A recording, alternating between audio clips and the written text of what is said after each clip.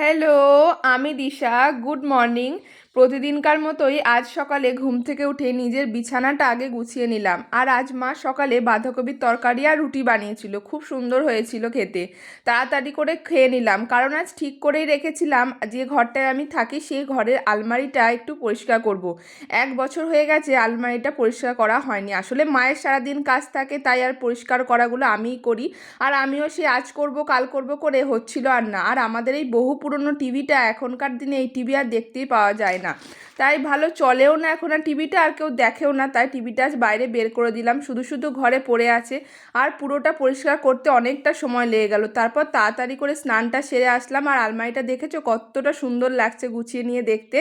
যাই হোক, তারপর তো ঠাকুরের পুজোটা দিয়ে নিলাম, তাড়াতাড়ি করে খেতে বসলাম। প্রচণ্ড খিদে পেয়ে গেছিলো। দুপুরে মাছ, বেগুন ভাজা আর ছোলার ডালের বড়ার একটা তরকারি বানিয়েছিল। দারুণ বানায় মা এই রান্নাটা। আমি আর মা তারপর একসাথে খেয়ে নিলাম। তারপরে অনেকটা বেলা হয়ে গেছিলো খেতে। বিকেলে তারপর জিও মার্ট থেকে কটা জিনিস অর্ডার করে নিলাম রাত্রে পালক পনির বানাবো বলে। তো রেসিপিটা আমি শেয়ার করে দিয়েছি, তোমরা যারা দেখোনি এই ভিডিওর সাথেই অ্যাটাচ করা আছে, দেখে নিও।